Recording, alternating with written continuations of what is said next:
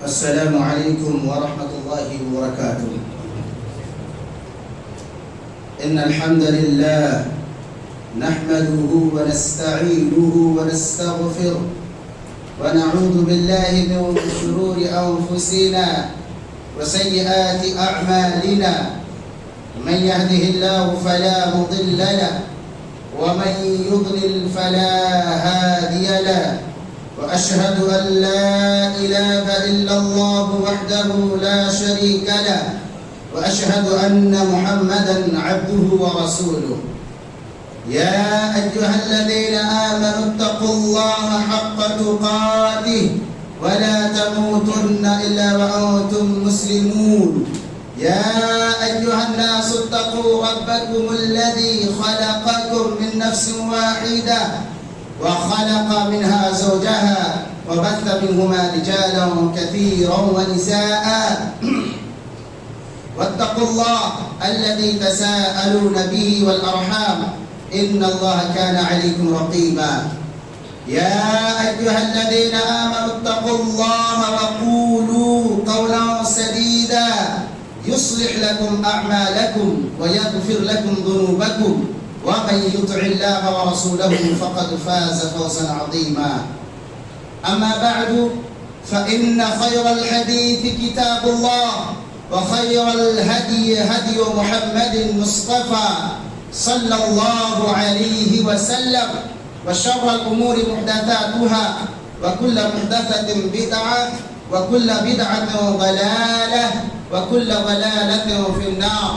أعوذ بالله السميع العليم من الشيطان الرجيم من همزه ونفخه ونفثه. بسم الله الرحمن الرحيم. يا أيها الذين آمنوا كتب عليكم الصيام كما كتب على الذين من قبلكم لعلكم تتقون. وجاء في الحديث الشريف قال رسول الله صلى الله عليه وسلم بني الإسلام على 5: شهادة أن لا إله إلا الله وأن محمدا رسول الله وإقام الصلاة وإيتاء الزكاة وحج البيت وصوم رمضان. متفق عليه. معزز ومحترم مسليان حاضرين جمعة پردنشین خواتین پیارے بچوں، تمام قسم کی تعریف، توصیف، کبریائی و بڑائی، حمد و ثناء، لائق اور زیبا صرف اور صرف اس اللہ وحدہ لا شریک کے لیے ہے جنہوں نے ہمیں اور آپ کو اس دنیا کے اندر اس روئے زمین پر تمام مخلوقات سے اکرم و اشرف اور مکرم بنا کر پیدا فرمایا. الحمدللہ. برادران اسلام،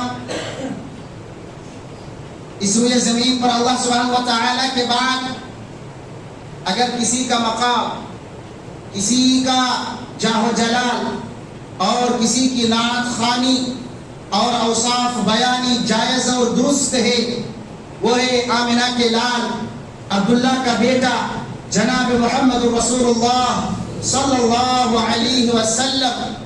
ان پر لاکھوں کروڑوں درود و سلام نازل ہو. اللہم صلی علی محمد وعلی آل محمد کما صلیت علی ابراہیم وعلی آل ابراہیم انک حمید مجید. اللهم بارك على محمد وعلى آل محمد كما باركت على إبراهيم وعلى آل إبراهيم إنك حميد مجيد. معزز حاضرین، حمد و ثناء اور صلاۃ کے بعد قرآن کریم کی سورہ بقرہ سے آیت نمبر 183 کہ آپ حضرات کے سامنے تلاوت کی گئی ہے، جس کا سادہ سا ترجمہ یہ ہے: اللہ سبحانہ و تعالی ہم ایمان والوں کو مخاطب ہو کر کے خطاب کرتے ہوئے اللہ سبحانہ و تعالی ہمیں اور آپ کو فرماتا ہے یا ایھا الذین آمنو، اے ایمان والو، جو مشرف با اسلام ہو، جس کے دل میں ایمان جیسی دولت ہے، اللہ رب العالمین ایسے لوگوں کو خطاب کرتے ہوئے کہتا ہے کتب علیکم الصیام کما کتب علی الذین من قبلکم لعلکم تتقون، کہ کتب علیکم الصیام، تم پر روزے فرض کر دیے گئے، کما کتب علی الذین من قبلکم لعلکم تتقون، جیسے کہ تم سے پہلی کی امتوں پر روزہ فرض کیا گیا تھا۔ پھر آگے اللہ رب العالمین اسی آیت کے اگلے ٹکڑے میں فرماتا ہے لعلکم تتقون، تاکہ تم تقوی و پرہیزگار، متقی اور اللہ رب العالمین سے ڈرنے والا بن جاؤ۔ اور ایک حدیث متفق علیہ روایت ہے، حضرت راوی حدیث حضرت عبداللہ بن عمر ہیں، حضرت عمر بن خطاب رضی اللہ تعالیٰ عنہ ہیں، وہ روایت کرتے ہیں کہ اللہ کے رسول صلی اللہ علیہ وسلم نے فرمایا بنی الاسلام علی خمس، بنی الاسلام علی خمس، کہ اسلام کی بنیاد، اسلام کی نیب، اسلام کی جو اساس ہے وہ 5 چیزوں پر قائم ہے۔ اور وہ 5 چیزیں کیا ہیں میرے بھائیوں؟ سب سے پہلی چیز توحید کا اقرار کرنا ہے، شہادت اللہ الہ الا اللہ، اس بات کی گواہی دینا کہ اللہ کے علاوہ کوئی معبود برحق نہیں ہے۔ ساتھ ہی ساتھ اللہ رب العالمین کے بعد اللہ تبارک و تعالی نے اپنے پیارے حبیب جناب محمد رسول اللہ صلی اللہ علیہ وسلم کو اپنا بندہ اور اپنا رسول ماننے کے لیے گواہی دینے کا بھی اللہ رب العالمین نے بات کہی ہے۔ وہ کیا ہے؟ ان محمد رسول اللہ، اس بات کی بھی گواہی دو کہ محمد صلی اللہ علیہ وسلم اللہ کے بندہ اور اس کے رسول ہے۔ دوسرا رکن اقام الصلاۃ، نماز قائم کرنا۔ دوسرا رکن کیا بتایا اللہ کے رسول نے؟ نماز قائم کرنا۔ پھر تیسرا رکن اللہ کے رسول صلی اللہ علیہ وسلم نے فرمایا ایتاء زکات، زکات دینا ہے۔ اگر ہمارا اور آپ کے مال میں نصاب ہو جائے، ہمارا اور مال اگر نصاب کو پہنچ جائے تو ہم اور آپ کو فقراء اور مساکین کا جو حق بنتا ہے، جو ہمارا اور آپ کی مال کو پاک کرے، اس چیز کو نکالنا ہے، اور اسے شریعت نے زکات کا نام دیا ہے۔ اس طریقے سے چوتھا جو رکن اللہ کے رسول نے بتایا وہ حج البیت، خانہ کعبہ بیت اللہ کا حج کرنا، حج کرنا۔ اس کے بعد آخری چیز اللہ کے رسول نے بتائی وصوم رمضان، رمضان کا روزہ رکھنا۔ اللہ رب العالمین کی اس آیت اور اللہ کے رسول صلی اللہ علیہ وسلم کی اس حدیث سے ہم اور آپ کو کیا فائدہ ہوا؟ فائدہ یہ ملا میرے بھائیوں کہ اللہ رب العالمین نے یہ حکم دیا کہ تم پر روزہ فرض کر دیا گیا ہے، لہذا ہم اور آپ کو روزہ رکھنا ہے، روزہ رکھنا ہے۔ تو میرے بھائیوں، اللہ کے رسول صلی اللہ علیہ وسلم کی اس فرمان اور اللہ رب العالمین کی اس آیت کو مد نظر رکھتے ہوئے آپ لوگوں کے سامنے کچھ باتیں انشاءاللہ عرض کرنے کی جسارت کروں گا۔ اللہ تبارک و تعالیٰ سے دعا ہے اللہ تبارک و تعالیٰ ہمیں اور آپ کو کہنے سننے سے زیادہ کہی جانے والی باتوں پر عمل پیرا ہونے کی توفیق عطا فرمائے، آمین۔ محترم ناظرین، حاضرین، اللہ رب العالمین نے یہاں پر صیام کا لفظ ذکر کیا ہے۔ صیام کا معنی ہوتا ہے روزہ رکھنا، اور روزہ رکھنے کا کیا مطلب ہے؟ حافظ ابن حجر الاسقلانی اور امام نووی رحمۃ اللہ علیہ نے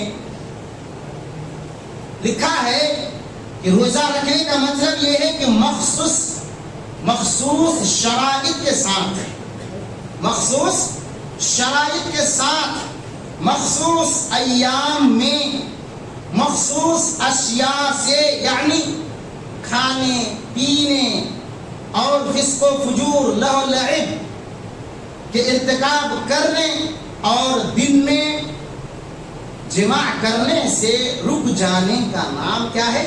روزہ ہے۔ ان ساری چیزوں سے رک جانے کا نام کیا ہے؟ روزہ ہے۔ لہذا اللہ رب العالمین اس روزے کے ذریعے سے ہمیں اور آپ کو یہ جانچنا چاہتا ہے کہ ہم نے جن چیزوں کو تمہارے لیے حلال قرار دیا ہے، ہم نے جن چیزوں کو تمہارے لیے جائز قرار دیا ہے، تمہارے اندر کتنی اسٹیمنا ہے، کتنی طاقت ہے کہ تم ان حلال چیزوں کو چھوڑ کر کے، اگر ہمارے اندر کوئی بری عادت ہے اس بری عادت کو چھوڑ کر ہم کس حد تک اللہ رب العالمین کے نزدیک جا سکتے ہیں، یہی مقصد ہے اللہ تعالیٰ، اور اسی چیز کو روزہ کہتے ہیں۔ میرے بھائیوں، اللہ رب العالمین نے یہاں پہ اس آیت میں یہ فرمایا کہ پچھلے قوموں کی طرح تمہارے اوپر بھی روزہ فرض کر دیا گیا ہے۔ لہذا ہمیں آپ کو دیکھنے کی ضرورت یہ ہے کہ پچھلی قوموں میں اور اس آیت میں جو اللہ رب العالمین نے کہا کما کتب علی الذین من قبلکم، کہ تم سے پہلی کی جو امتیں تھیں ان پر بھی روزہ فرض تھا، یہ پہلی کی امتوں سے کیا مراد؟ بعض مفسرین نے لکھا ہے اس سے مراد یہود و نصارہ ہیں، اور اس کا ثبوت بخاری و مسلم کی ایک روایت ہے جس سے ملتا ہے کہ جب اللہ کے رسول صلی اللہ علیہ وسلم ہجرت کر کے مدینہ گئے، ہجرت کر کے اللہ کے رسول صلی اللہ علیہ وسلم مدینہ گئے تو وہاں پہ یہودیوں کو دیکھا کہ یوم عاشورہ کا روزہ رکھے ہوئے ہیں، یعنی 10ویں محرم کا روزہ رکھے ہوئے ہیں۔ تو اللہ کے رسول صلی اللہ علیہ وسلم نے ان لوگوں سے پوچھا کہ ارے بھائی کیا بات ہے، کس خوشی میں یا کس چیز کے لیے تم روزہ رکھے ہوئے ہو، کس لیے روزہ رکھے ہو؟ اللہ کے رسول صلی اللہ علیہ وسلم نے یہودیوں سے پوچھا تو اللہ کے رسول صلی اللہ ان یہودیوں نے اللہ کے رسول صلی اللہ علیہ وسلم سے کہا کہ ہم اس لیے روزہ رکھتے ہیں کہ اس دن یعنی یوم عاشورہ کو اللہ رب العالمین نے حضرت موسیٰ علیہ السلام کو اور ان کی قوم کو بنی اسرائیل کی چنگل سے آزاد کرایا تھا۔ حضرت موسیٰ علیہ السلام اور ان کی قوم کو بنی اسرائیل کے چنگل سے آزاد کرایا تھا، اور اللہ رب العالمین نے لوگوں کو غرق کر کے نست و نابود کر دیا تھا۔ ہم اسی چیز کو مد نظر رکھتے ہیں اللہ رب العالمین کا شکر ادا کرنے کے لیے روزہ رکھتے ہیں۔ تو اللہ کے رسول صلی اللہ علیہ وسلم نے کہا انا بحق، ہم اس چیز کے کیا ہیں؟ زیادہ حق رکھتے ہیں کہ ہم موسیٰ علیہ السلام کو جو آزادی ملی ہے اس آزادی پر اللہ رب العالمین کا شکر ادا کریں، ہم زیادہ حق رکھتے ہیں۔ لہذا معلوم یہ ہوا کہ اگلی قوموں سے مراد کیا ہے؟ یہودی، جیسے کہ اللہ کے رسول صلی اللہ علیہ وسلم کی صحیح سے ثابت ہوا۔ دوسری چیز، یہ جو روزہ ہے نا، یہ روزہ جو ہے ہمارا اور آپ کے پاس ڈائریکٹ فرض نہیں ہوگا، ہمارا اور آپ کے اوپر یہ روزہ ایک بار بھی ہمارا اور آپ کے اوپر فرض نہیں ہو گیا۔ کیسے ہوا؟ سب سے پہلے تو دیکھیں، پہلا مرحلہ 4 مرحلے میں روزہ فرض ہوا ہے۔ کتنے مرحلے میں؟ 4 مرحلے میں۔ یاد رکھیں میرے بھائی، میری عادت ہے میں لاسٹ میں جب دوسرا خطبہ ہوگا نا تھوڑا سا کلام کے طور پر میں پوچھوں گا آپ لوگوں سے، یاد رکھیں۔ تو میں بتا رہا ہوں کہ دیکھیں کہ یہاں پہ جو روزہ جو فرض ہوا ہمارا اور آپ کے اوپر 4 مرحلے۔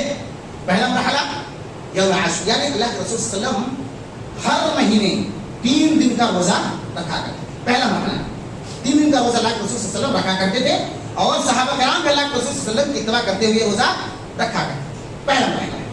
اس کے بعد جب اللہ کے رسول صلی اللہ علیہ وسلم ہجرت کر کے مدینہ گئے تو دیکھا کہ یہودیوں نے جو ہے کہ یوم عاشورہ کا روزہ رکھا ہوا ہے، تو پھر اللہ کے رسول صلی اللہ علیہ وسلم نے کہا کہ ارے بھائی ہم تو اس چیز کے زیادہ حقدار ہیں کہ ہم موسیٰ علیہ السلام کی آزادی پر اللہ رب العالمین کا شکر ادا کریں۔ تو دوسرا مرحلہ یہ ہوا کہ اللہ کے رسول صلی اللہ علیہ وسلم یوم عاشورہ کا روزہ رکھنے لگے، 1 دن آگے یا 1 دن پیچھے۔ اس کے بعد تیسرا مرحلہ جو ہوا وہ روزے کی فرضیت والی جو آیت جو ابھی آپ لوگوں کے سامنے پڑھی گئی، یا ایھا الذین آمنوا کتب علیکم الصیام کما کتب علی الذین من قبلکم لعلکم تتقون۔ مگر یہ آیت جو نازل ہوئی نا فرضیت والی، اس آیت میں بھی اختیار ہے۔ اس کے بعد والی آیت میں دیکھیں اللہ رب العالمین نے کہا ایام معدودات، ایام معدودات، کہ کہتے ہیں اللہ رب العالمین ان چند گنتی کے چند ایام ہیں، گنتی کے چند ایام ہیں۔ فمن کان منکم مریضا او علی سفر، اگر کوئی شخص تم میں سے بیمار ہو، طبیعت ناساز ہو، تندرستی نہ ہو، صحت کا مالک نہ ہو، یا وہ سفر میں ہو، تو کہا فعدۃ من ایام اخر، جتنے دن کا روزہ ان کا ترک ہوگا، چھوٹے گا، جتنے دن کا روزہ وہ نہیں رکھ سکتا ہے، کہا اللہ رب العالمین نے فعدۃ من ایام اخر، انہیں دوسرے ایام میں اس کو کیا بولے شمار کر۔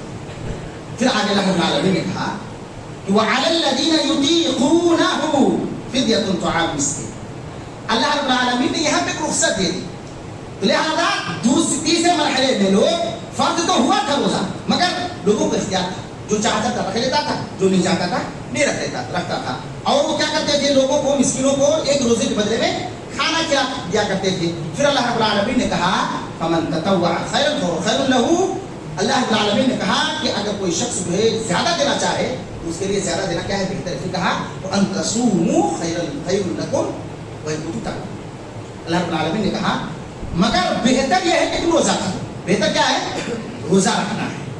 لہٰذا دیکھیں اس آیت سے یہ آیت اور پہلی پچھلی والی جو آیت ہے اس آیت میں بڑا ربط ہے، لہذا معلوم یہ ہوا کہ روزے کا جو تیسرا مرحلہ ہے فرضیت کا وہ یہ ہے۔ اس کے بعد سن 2 ہجری، کتنے میں؟ سن 2 ہجری شعبان کا مہینہ تھا، روز سوموار، یاد رکھیں سوموار کا دن، شعبان کا مہینہ، اور سن 2 ہجری کو اللہ رب العالمین نے دو فیصلہ کر دیا، دو فیصلہ کر دیا۔ وہ کیا ہے؟ اللہ رب العالمین نے کہا شہر رمضان الذی انزل فیہ القرآن هدى للناس وبينات من الهدى والفرقان فمن شهد منكم الشهر فليصم، اللہ رب العالمین نے کیا کہا؟ فمن شهد منكم الشهر فليصم، یہاں پہ امر کا صیغہ ہے، امر، اور جو ہے اصول فقہ کا قاعدہ ہے میرے بھائیو کہ امر کس کے لیے دلالت کرتا ہے؟ وجوب پر دلالت کرتا ہے، کہ اللہ رب العالمین نے، اللہ کے رسول صلی اللہ علیہ وسلم نے اگر کسی بات کو یا کوئی حکم اللہ رب العالمین اللہ کے رسول نافذ کرنا چاہتے تھے وہ امر کا صیغہ استعمال کرتے، بجائے کہ اس کے لیے کوئی قرینہ صارفہ آ جائے، کوئی مصلحت آ جائے تو وہ بات الگ ہے کہ اللہ کو اس امر کو مستحبات پر محمول کیا جاتا ہے یا جو ہے مؤکدات پر امر کیا جاتا ہے، وہ ایک الگ مسئلہ ہے۔ اگر مصلحت آ جاتی ہے تو پھر جا کر کے اس کا حکم بدلتا ہے، مگر جو اصول ہے، جو فقہ کا قاعدہ ہے وہ کیا ہے؟ الامر وجوب، امر کس پر دلالت کرتا ہے؟ وجوب پر دلالت کرتا ہے۔ لہذا یہاں پہ اللہ رب العالمین نے کہا فمن شہد منکم الشہر فلیصم، کہ تم میں سے جو شخص بھی رمضان کا مہینہ پائے گا فلیصم، اس پر لازم ہے، ضروری ہے، چاہیے کہ وہ کیا کرے؟ روزہ رکھے۔ لیکن اس آیت سے جو ہے نا اللہ رب العالمین نے بالکل واجب کر دیا، فرض کر دیا کہ روزہ اب رکھنا ہی رکھنا ہے۔ اب سوال یہ پیدا ہوتا ہے میرے بھائیوں کہ اللہ رب العالمین نے تو روزہ فرض کر دیا تو اس کے لیے کچھ شرائط ہونا چاہیے نا، ہے کہ نہیں؟ اب میں کسی پر یا آپ لوگ مجھے کوئی کام دے رہے ہیں تو اس کام کے لیے بھی کچھ شرائط ہوتے ہیں، ہے نا، کچھ کنڈیشنز ہوتے ہیں، تو اللہ رب العالمین نے جو روزہ فرض کیا ہے اس کی بھی کچھ کنڈیشنز ہیں، کچھ شرائط ہیں۔ وہ کیا ہے؟ علماء نے لکھا ہے کہ روزہ کے فرض ہونے کے لیے جو سب سے پہلی شرط ہے وہ کیا ہے؟ اسلام کا ہو، پہلی شرط۔ اگر کافر ہے تو اس پر روزہ فرض ہے۔ آج صبح میں فجر کی نماز پڑھ کے جانے کے بعد ہمارے بہار کا ایک بڑا مشہور ٹیچر ہے آہوجہ سر، وہ ان سے جو ہے کوئی انٹرویو لے رہے تھے، وہ بتا رہے تھے کہ یہ روزہ صرف مسلمانوں کا نہیں ہے، یہ روزہ صرف مسلمانوں کا نہیں، یہ ورت جو ہے ہر ایک کو رکھنا چاہیے۔ اور وہ جو ہے ایک سائنٹیفکلی بات بتا رہے تھے کہ سائنٹیفکلی بات یہ ہے اور جو ہے سائنس میں یہ ہے کہ انسان کو سال میں یا کچھ ایام کے بعد پیٹ کو بالکل معدہ کو خالی رکھنا چاہیے، معدہ کو خالی رکھنا چاہیے۔ اسی لیے بتا رہے تھے کہ روزہ جو ہے رمضان کا مہینہ جو چل رہا ہے، دنیا والے یہ نہ سمجھے کہ صرف مسلمانوں کے لیے، بلکہ یہ کس کے لیے ہے؟ سب لوگوں کے لیے، سب کو روزہ رکھنا چاہیے، ورت رکھنا چاہیے۔ مگر بات یہ مان لیں میرے بھائیو کہ انہوں نے کہی ہے وہ سائنٹیفکلی طور پر تو صحیح ہے، مگر شریعت نے ہم اور آپ کو اس بات کا جو ہے مکلف کیا ہے کہ اگر ہم مسلمان ہیں تو ہم پر روزہ فرض ہے، اگر کافر ہے تو روزہ فرض نہیں ہے، وہ اس کی مرضی ہے، اگر وہ رکھ لے رہا ہے تو وہ اس کی مرضی ہے۔ مگر اگر کوئی انسان مرتد ہے، اسلام سے پھر گیا ہے تو اس انسان پر روزہ فرض نہیں ہے۔ پہلی شرط کیا ہے روزہ فرض ہونے کے لیے؟ مسلمان کا ہونا. مسلمان اگر ہے تو اس پر روزہ فرض ہے, اور مسلمان نہیں ہے تو اس پر روزہ فرض نہیں ہے. پہلی شرط. دوسری شرط جو علماء نے لکھا ہے وہ کیا ہے؟ دوسری اور تیسری معنی کہ وہ انسان جس پر روزہ کا حکم لاگو ہوگا وہ کیا ہونا چاہیے؟ بالغ ہونا چاہیے. کیا ہونا چاہیے؟ بالغ. دوسری شرط عاقل ہونا چاہیے. کیا ہونا چاہیے؟ بالغ اور عاقل. دوسری اور تیسری شرط مان لیں کیا؟ عاقل اور بالغ. دیکھیں سنن ابو داؤد کی روایت ہے, اللہ کے رسول صلی اللہ علیہ وسلم کہتے ہیں رفع القلم عن ثلاثہ. رفع القلم عن ثلاثہ. تین ایسے شخص ہیں, تین ایسے افراد ہیں جن سے اللہ رب العالمین نے قلم اٹھا لیا. یعنی وہ اگر کچھ غلط کر بھی دے تو اللہ تبارک و تعالیٰ اس کا مواخذہ نہیں کرنے والا ہے. وہ تین لوگ کون ہیں؟ پہلا ہے عن النائم حتی یستيقظ. پہلا جو شخص ہے, پہلا جو فرد ہے وہ کیا کون ہے؟ سونے والا. سونے والا. مثال کے طور پر آپ دیکھ لیں کہ سونے کا جو مسئلہ ہے نا بھائی بڑا عجیب ہے. اللہ رب العالمین نے اب دیکھیں سونے والے سے جو ہے حکم کو بالکل کیا کر دیا؟ ختم کر دیا. اگر آپ سو رہے ہیں نا اور اذان ہو رہی ہے, کب اذان ہوئی کب نماز ہوئی آپ کو پتہ نہیں ہے, تو اللہ رب العالمین اس پر آپ کو مواخذہ نہیں کرے گا. نیند یہ شرعی عذر ہے. نیند کیا ہے؟ یہ شرعی عذر ہے. تو اللہ کے رسول صلی اللہ علیہ وسلم نے کہا رفع القلم عن ثلاثہ. تین ایسے لوگ ہیں جن سے اللہ رب العالمین نے قلم اٹھا لیا ہے, اس کا مواخذہ نہیں کرنے والا. پہلا شخص کون ہے؟ عن النائم حتی یستيقظ. پہلا وہ شخص ہے جو سو رہا ہے اس وقت تک, جب تک کہ وہ بیدار نہ ہو جائے تب تک اللہ رب العالمین اس کا کوئی مواخذہ نہیں کرنے والا ہے. دوسرا شخص عن الصبی حتی یحتلم. جو روزے کا روزے کی جو دوسری شخص وہ کیا ہے؟ وہ بالغ ہو. عن الصبی حتی یحتلم. بچہ سے, جو بچہ ہے نا 5 سال کا جو بچہ ہے, 4 سال کا ہے, 6 سال کا ہے, 7 سال کا ہے, کیا مان لیں کہ جو بچہ بلوغت تک پہنچ جائے, ظاہر ہو جائے کہ بھئی یہ بچہ کیا ہو گیا ہے؟ بالغ ہو گیا ہے. یا آپ یہ مان لیں کہ جیسے کہ اللہ رب العالمین نے, یا اللہ کے رسول صلی اللہ علیہ وسلم نے کہا کہ مروا اولادکم. اللہ کے رسول صلی اللہ علیہ وسلم نے حکم دیا کہ تم اپنے بچوں کو نماز پڑھنے کا حکم دو. کب؟ جب وہ 7 سال کے ہو جائیں. جب وہ 7 سال کے ہو جائیں تو نماز پڑھنے کا حکم دو. اور اگر وہ 7 سال ہونے کے بعد اگر نماز نہیں پڑھ رہا ہے, جب وہ 10 سال کو پہنچ جائے تو وَضْرِبُوهُ. انہیں کیا کرو؟ ان کی پٹائی کرو. ان کی کیا کرو؟ پٹائی کرو. آج ہمارا معاشرے میں ہے کیا؟ ہے نہیں ہے. ارے بھائی بیٹے سو رہے ہیں, باپ بیچارہ ضعیف ہو چکا ہے, وہ فجر میں اٹھ کر آ رہے ہیں نماز میں, مگر اس والد کی اتنی جرأت اور اتنی ہمت نہیں ہوتی ہے کہ بیٹے کو فجر میں جو ہے نیند سے جگائے.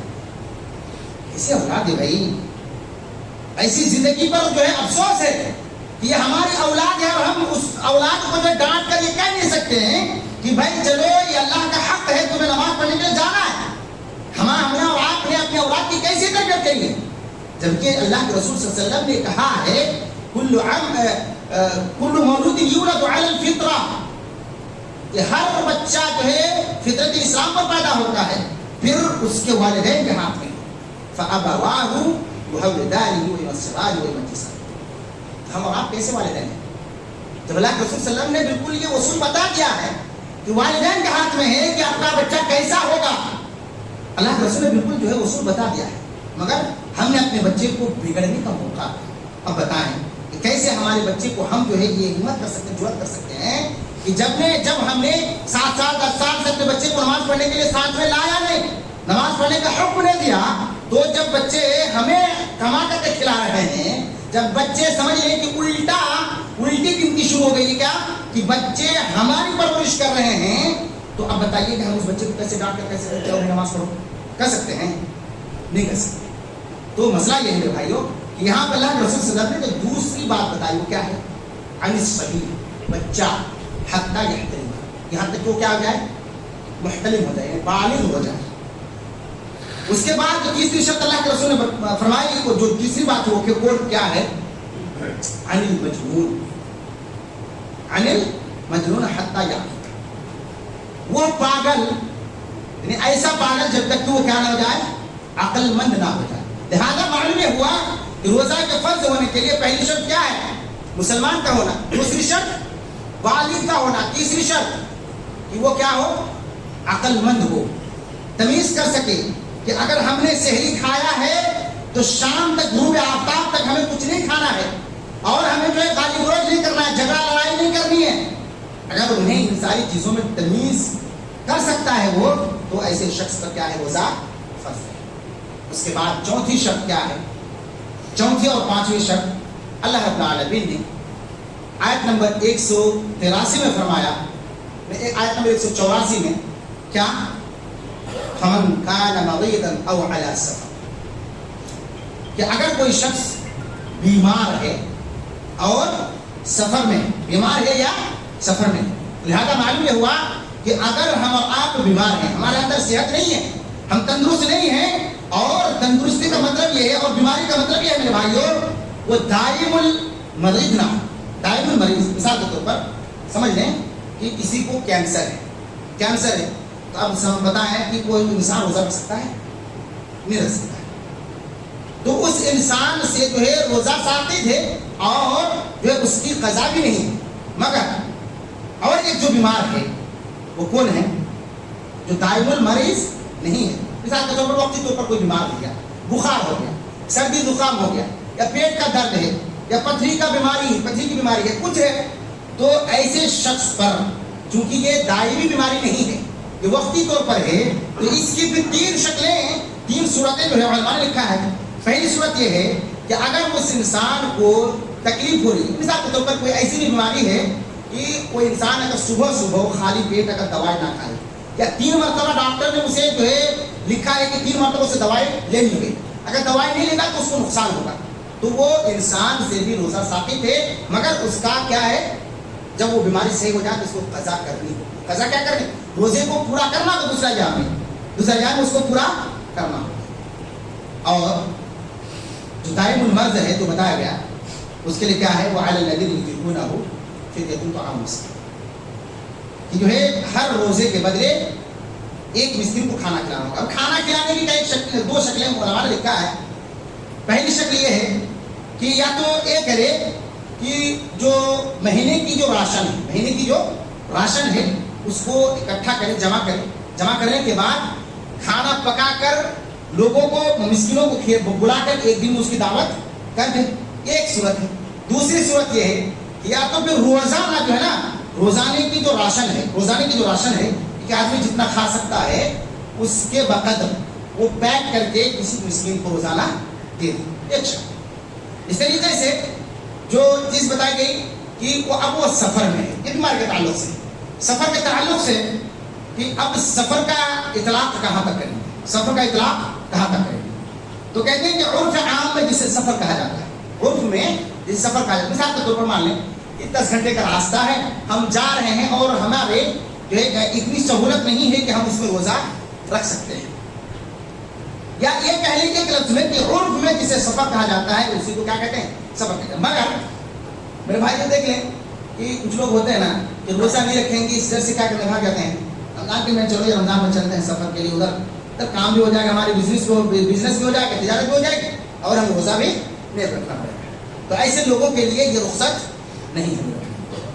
اس کے بعد جو چھٹی شرط ہے ہماری مائیں بہنوں کے لیے، خواتین کے لیے، غور سے سنیں، وہ کیا ہے کہ حیض اور نفاس سے پاک، عورتوں کا حیض اور نفاس سے پاک ہو.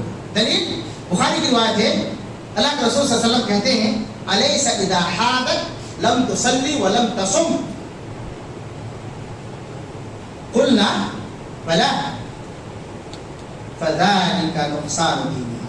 اللہ کے رسول کہتے ہیں، ایک صحابی اللہ کے رسول سے پوچھ رہے ہیں کہ اللہ کے رسول جو ہے عورتیں ناقص الدین کیسے ہوتی ہیں، ناقص الدین کیسے ہوتی ہیں؟ تو اللہ کے رسول صلی اللہ علیہ وسلم نے کہا کہ الیس اذا حاضت لم تصلی ولم تصم، کیا ایسا نہیں ہے کہ جب وہ حائضہ ہوتی ہیں، جب انہیں پیریڈ آتا ہے تو وہ نماز نہیں پڑھتی ہے، روزہ نہیں رکھتی، ایسا نہیں ہے، ایسا معاملہ ہے کہ نہیں؟ تو انہوں نے کہا کہ ہاں بلا کیوں نہیں، ایسا ہوتا ہے. اللہ کرتے ہیں فَذَلِكَ نقصان دین، یہی ان کے دین میں کمی کی علامت ہے۔ لہذا معلوم یہ ہوا کہ روزے کے فرض ہونے کے لیے 6 شرائط۔ پہلی شرط مسلمان ہونا، دوسری شرط کیا ہوتا ہے کہ بالغ ہو، تیسری شرط عاقل ہو، چوتھی شرط مقیم ہو، پانچویں شرط کیا ہو تندرست ہو، صحت مند ہو، اور چھٹی شرط جو بتایا کہ عورتوں کے لیے وہ حیض و نفاس سے پاک ہو۔ وقت نکل گیا ہے، حاضرہ چاہتا ہوں انشاءاللہ پھر جو ہے اگلے جمعہ میں اس کو کنٹینیو کروں گا۔ اللہ تبارک و تعالیٰ سے دعا ہے کہ اللہ تعالیٰ تمام لوگوں کو کہی گئی باتوں پر عمل کرنے کی توفیق عطا فرمائے، آمین۔ تقبل اللہ۔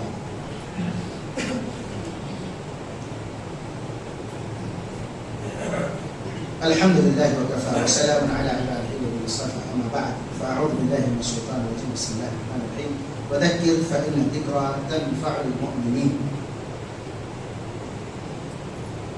خلاصہ کے طور پر میں بتا دوں کہ روزہ جو ہمارا آپ پر فرض ہوا ہے ایک بار بھی نہیں، مرحلہ وار فرض ہوا ہے، اور جو ایکچولی حکم اللہ رب العالمین نے ہم اور آپ کو دیا ہے کہ کوئی اختیار نہیں، اب ہر مسلمان عاقل بالغ اور مقیم اور صحت مند اور ہر وہ عورتیں جو حیض نفاس سے پاک ہیں ان کو رکھنا ہی رکھنا ہے۔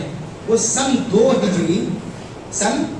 ہجری روز سوموار مہینہ شعبان کو فرض ہوا ہے۔ یہ چند باتیں تھیں جو آپ حضرات کے سامنے رکھی گئی ہیں۔ پھر انشاءاللہ اللہ نے اگر بچایا، اللہ نے اگر حیات دی، انشاءاللہ آئندہ جمعہ کو کوشش کروں گا چند اور مزید رمضان کے کچھ احکام مسائل ہیں انشاءاللہ بیان کی جائے گی۔ اللہ تبارک و تعالیٰ سے دعا ہے کہ اللہ تبارک و تعالیٰ ہم تمام لوگوں کو نیک اعمال کرنے کی توفیق دے۔ یا اللہ ہمیں جو یہ بابرکت مہینہ میسر کیا، اللہ تو اسے زیادہ سے زیادہ فائدہ اٹھانے کی توفیق دے۔ یا مولا تو نے جو مقصد بتایا روزے کا، اس مقصد میں کھڑے اترنے کی توفیق عطا فرما، آمین۔ اللہ ہمیں سے جو بیمار ہے اللہ تو اسے صحت عاجلہ کاملہ عطا فرما۔ یا مولا ہمیں سے جو مقروض ہے اللہ تو اس کے قرض کو ادا کرنے کا کوئی سبب مہیا کر دے، چونکہ تو اسباب المسبب ہے۔ واخر دعوانا الحمد لله رب العالمين، اللهم صل على محمد وعلى ال محمد كما صليت على ابراهيم وعلى ال ابراهيم انك حميد مجيد، اللهم بارك على محمد وعلى ال محمد كما باركت على ابراهيم وعلى ال ابراهيم انك حميد مجيد۔ سبحان ربك رب العزة عما يصفون وسلام على المرسلين والحمد لله رب العالمين۔ اقيموا الصلاة